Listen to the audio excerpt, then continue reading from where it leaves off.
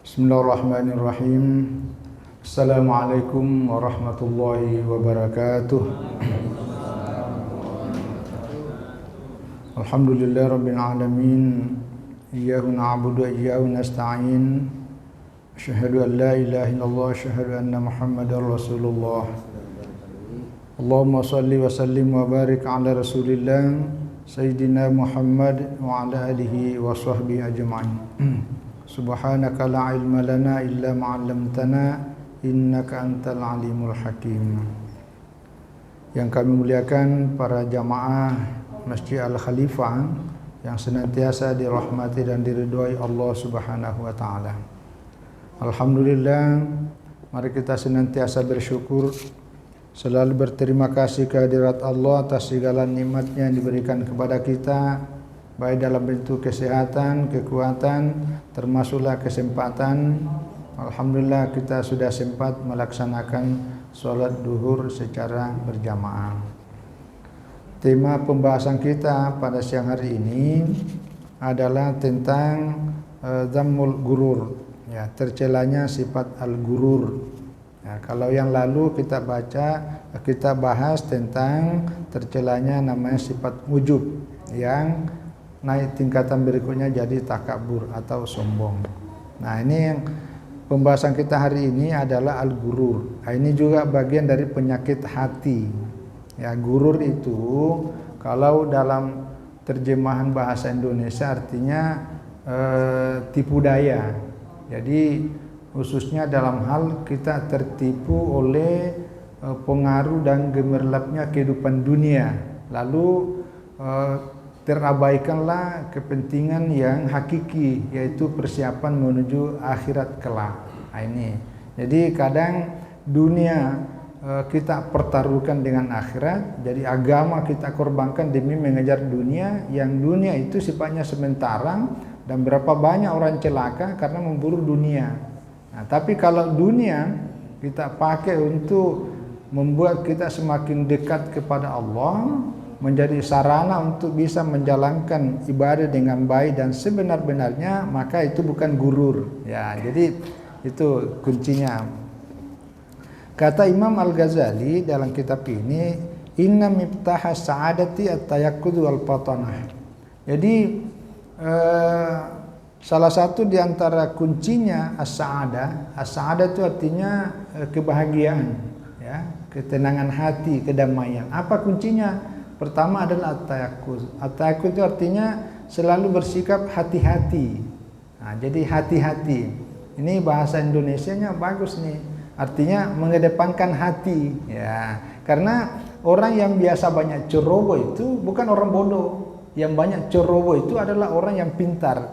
Karena kepintarannya itulah yang kemudian kadang kurang berhati-hati. Nah, jadi di dalam beragama ini salah satu potensi dalam diri manusia yang bisa menyelamatkan kita adalah menggunakan hati. Maka dalam bahasa Indonesia hati-hati. Nah, itu salah satu sumber as-sa'adah, kebahagiaan. Yang kedua adalah wal fatanah. Fatanah itu artinya kecerdasan. Kecerdasan yang mengarah kepada kearifan. Karena dengan kecerdasan yang kita gunakan sehingga menjadikan pertimbangan agama kita pakai dalam melangkah dalam hidup ini, itulah mengantar kita kepada kebahagiaan. Itu namanya cerdik, cerdas, ya, pintar. Tapi kepintarannya arif, bijak.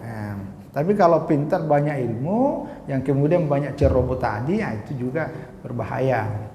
Nah, sebaliknya kata Imam Al-Ghazali dalam kitab ini, wa mamba'u asyakawah, adapun sumbernya asyakawati lawannya sa'adah, yaitu celaka, sengsara. Gitu. Apa sumbernya kesengsaraan dan kecelakaan dalam hidup? Pertama adalah al-gurur. Nah, ini yang bahas. Jadi al-gurur itu kita terpedaya oleh kehidupan dunia sehingga lalai pada tujuan hakikat. Ya. Yang kedua adalah wal ghaflah. Ghaflah itu artinya lalai, lupa. Nah, ini dua hal, gurur dengan ghaflah itu satu paket. Karena orang yang tertipu itu karena lalainya, lengah. Ya. ya, kelalaian. Maka itulah kemudian dalam agama ada namanya az-zikr. Az-zikir itu artinya selalu kita diingatkan. Dalam bahasa sehari-hari adalah tausiah. Ya, jadi kita saling mewasiatkan, wasiat itu artinya, nasihat itu artinya menambal. Apa yang kita tambal? Ya, sesuatu yang bolong, karena dalam kehidupan ini kan banyak yang bolong ini. Hati kita ini ingat satu, lupa yang satu. Ingat satu, lupa dua, dan seterusnya. Maka dengan hidup itu, maka kita perlu saling menasihati, saling mengingatkan. Nah, inilah yang dimaksud. Jadi penting sekali dalam persoalannya. Apalagi hari ini ya, di era modern yang serba material, serba canggih, serba online, serba apalah ya, media-media sosial dan seterusnya. Beda dengan 20 tahun, 30 tahun, 50 tahun yang lalu. Orang-orang tua kita, kakek nenek, dato-dato kita dulu hidupnya tenang. Karena tidak disibuki dengan media sosial, tidak disibuki dengan pengaruh dunia. Kalau hari ini, kalau tidak hati-hati, waduh repot kita.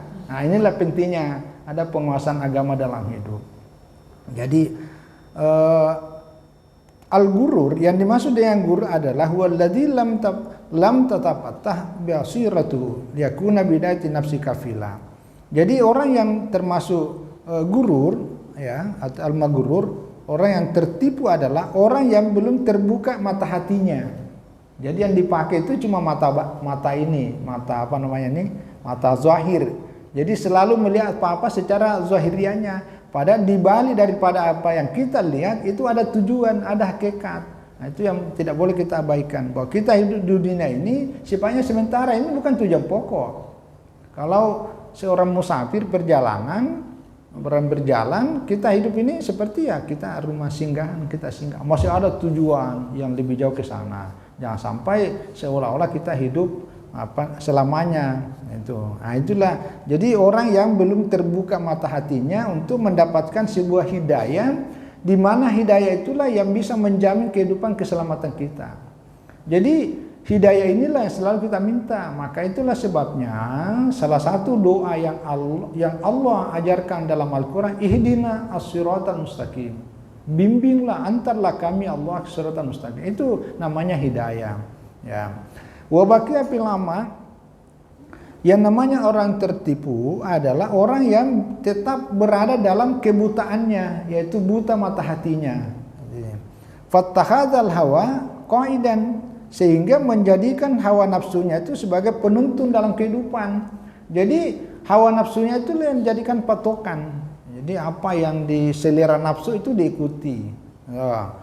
Wasyaitan dalila, dan dia menjadikan setan itu sebagai penunjuk jalan, sebagai dalil. Jadi setan dengan hawa nafsu inilah yang kemudian menjadi dominan, yang memberikan pengaruh dalam kehidupannya, bisikannya, semuanya itu yang diikuti. Inilah bahaya. Ini namanya gurur, ya. Itu yang dimaksud dengan tipu daya. Dan ini adalah penyakit hati. Karena kalau hati itu bersih, hati itu bening, hati yang selalu diisi bahkan dipenuhi dengan zikir, begitu ada bisikan-bisikan setan itu pasti ada perlawanan. Pasti ada perlawanan. Itulah penting sekali zikir. Jadi zikir ini termasuk anak-anak kita yang sedang sekolah, jangan sampai terlalu mengagung-agungkan akal, kecerdasan, ya.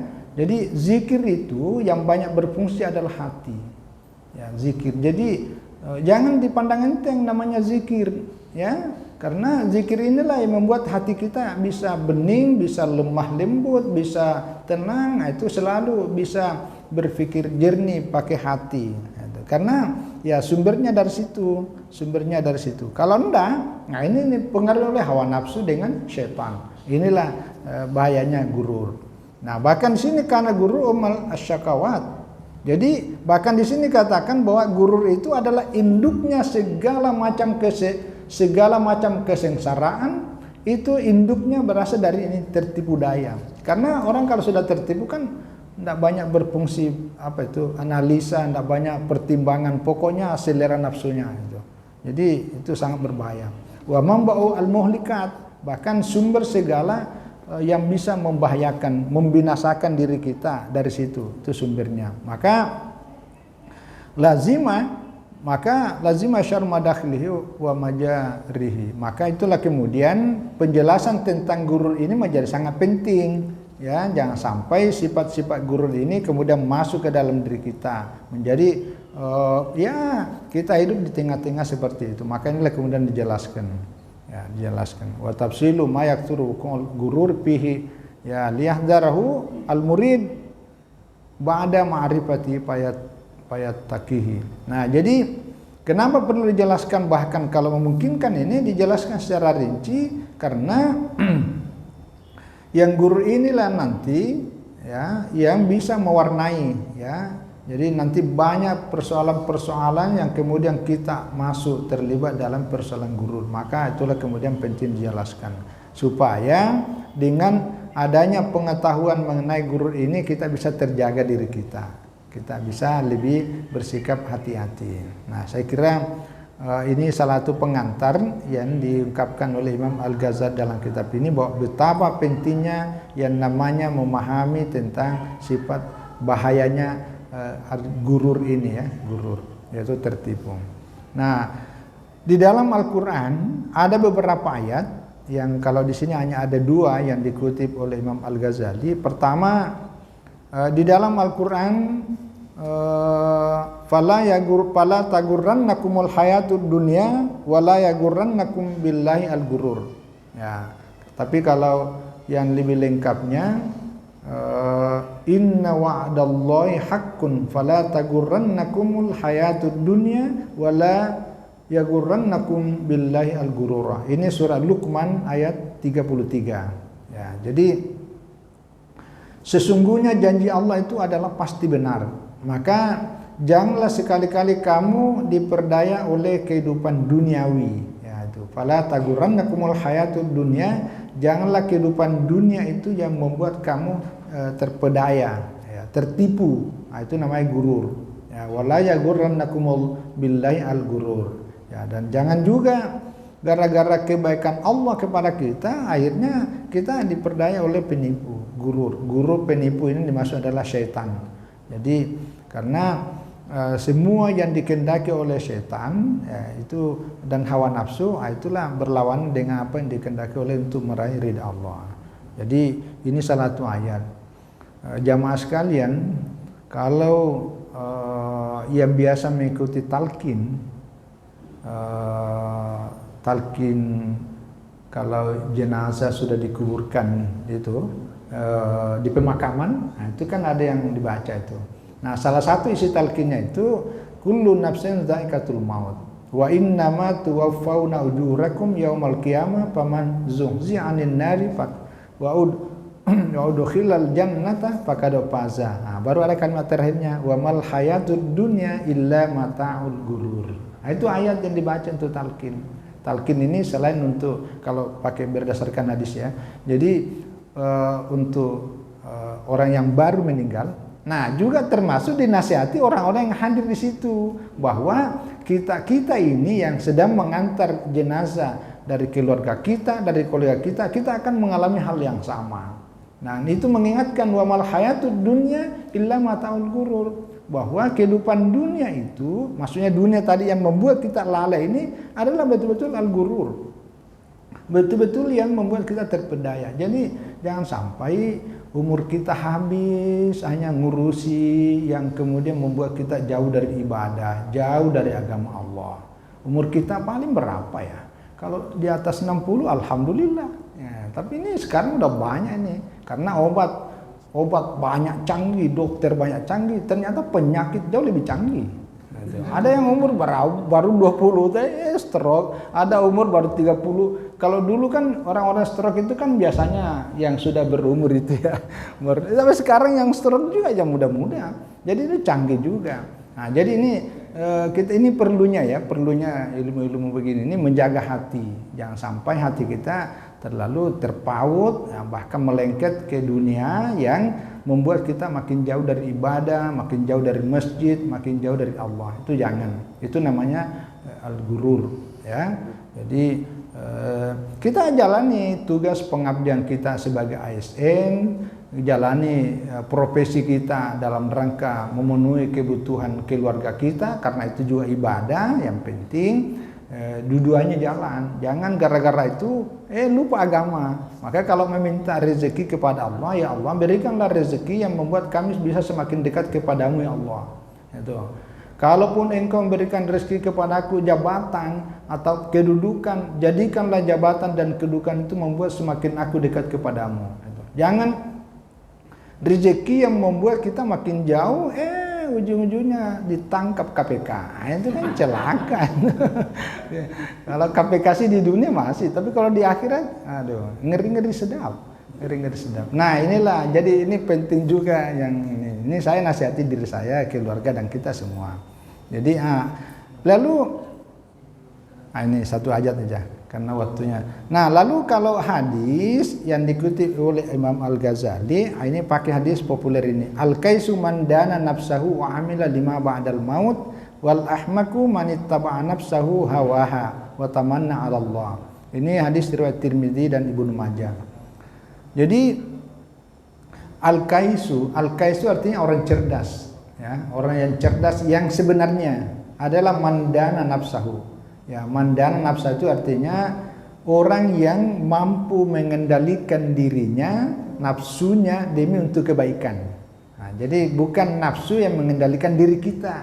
Itu. Jadi orang yang bisa mengendalikan nafsunya itu untuk mengarah kepada kebaikan. Itu. Atau orang yang mampu menjaga dirinya itu. Nah, itu namanya orang cerdas. Yang kedua, orang cerdas adalah wa amila lima ba'dal maut. Dia beramal, melakukan, mengumpul pundi-pundi amal kebaikan itu persiapan untuk ba'dal maut, pasca kematian. Jadi selalu mengingat itu. Jadi jangan sampai kita mencari dunia ini lupa akhirat, sehingga tidak peduli persoalan halal haram, tidak peduli persoalan ukhuwah. Ini saudara-saudara kita dibantai semua demi untuk mendapatkan itu. Jangan, karena apa sih namanya jabatan paling 4 tahun kalau satu periode, atau 5 tahun seperiode, setelah itu pensiun kembali seperti biasa. Jadi kita diingatkan itu. Tapi kalau itu membuat kita bisa lebih berkhidmat, lebih berguna, memberi maslahat dan manfaat kepada banyak orang, itu biar kita membuat amal jariah, itu bagus. Nah, jadi itu tandanya orang cerdas berbuat sekarang demi untuk masa depan, bahwa di akhirat. Jadi ya sekali-kali lah kita merenung, kita sudah umur 40-50 ini apa yang saya sudah perbuat dan apa yang belum. Itu. Terutama untuk anak-anak generasi masa depan. Nah sebaliknya wal ahmaku, ya kalau dalam hadis yang lain itu wal ajizu, artinya lawannya cerdas adalah orang yang bodoh. Ya Muhammad nih ya, ini bahasa hadis. Ya apa yang artinya orang bodoh adalah manit taba'a nafsahu hawaha. Orang yang mengikuti selera nafsunya. Jadi apa yang diinginkan diikuti semuanya. Itu. Ya, yang kedua adalah watamana Allah. Dia hanya berangan-angan. Oh ya, nanti kalau itu hati-hati itu. Apalagi kalau sendirian, kalau kita sendirian kan semua mau dihitung. Tapi kalau ada kawan kita kan ada yang bisa luruskan, Bang. Yang namanya angan-angan itu janganlah. Kita berbuat ya yang realistis tapi bisa dimanfaatkan. Kecil tapi manfaatnya kepada diri, keluarga dan orang banyak. Nah, jadi ini hadis ini ya memotivasi kita, ya menginspirasi kita bahwa apa yang kita lakukan selalu optimis dan produktif ke depannya. Jadi bukan hanya persoalan dunia semata tapi untuk kehidupan akhirat. Dulu kalau saya tidak salah pernah saya jelaskan ya. Jadi apa bedanya binatang dan manusia? Salah satunya ini dilihat dari segi posisi saja. Ya, kalau binatang itu kalau dia hidupnya itu kemana-mana itu perutnya menghadap ke bumi, itu. Perutnya, mukanya menghadap ke bawah. Kenapa? Karena yang dia pikir cuma dunia. Nah, itu kan dah. Tapi kalau manusia, tidak ada manusia yang berjalan itu mukanya menghadap ke bawah. Kalau dia menghadap pasti dia melabrak orang. Jadi dia kemana pandangannya? Dia menghadap ke sana, ke ujung jauh ke sana. Itulah manusia. Jadi manusia itu bukan hanya melihat ke sini, hanya sekali-sekali ya. Karena kalau tidak melihat ke bawah nanti kesandung kita pula kakinya. Jadi tapi pandangannya jauh ke depan. Itu pandang manusia itu jauh ke depan. Itu akhirat. Itu yang disebut dengan optimis ya ke masa depan. Inilah sesungguhnya yang dimaksud oleh hadis ini, mengingatkan kita. Jadi ayat dan hadis ini sekali lagi ya mengajak kita agar supaya senantiasa mawas diri yang tadi itu, berhati-hati jangan kita terpedaya oleh kehidupan gemerlapnya duniawi ini yang kemudian menjadi penyebab untuk kita celaka, baik celaka di dunia, lebih-lebih nanti celaka di akhirat kelak.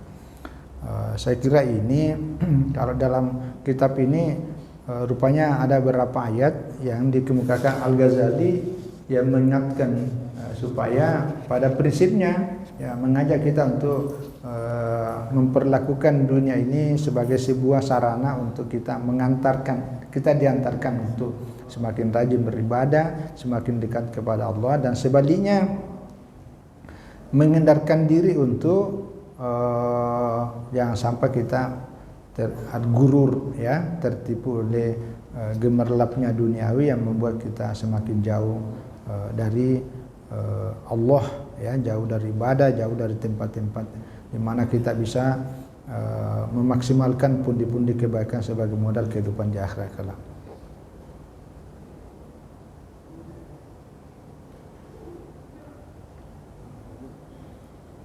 Ya, saya kira ini karena pada prinsip inilah menjadi pokok dalam pembahasan kitab ini tentang al-ghurur. Ya, kepada Allah Subhanahu wa taala sebagai sumber segala ketenangan, sumber segala-galanya kita bermunajat kepadanya. Semoga hati dan pikiran kita selalu tertata dengan baik sehingga jauh dari sifat-sifat gurur, dan kita akan semakin ya dekat dengannya, ditata dan diarahkan dalam kehidupan baik, selamat di dunia, lebih-lebih nanti di akhirat. Wallahu a'lam bishawab. Wassalamualaikum warahmatullahi wabarakatuh. Waalaikumsalam.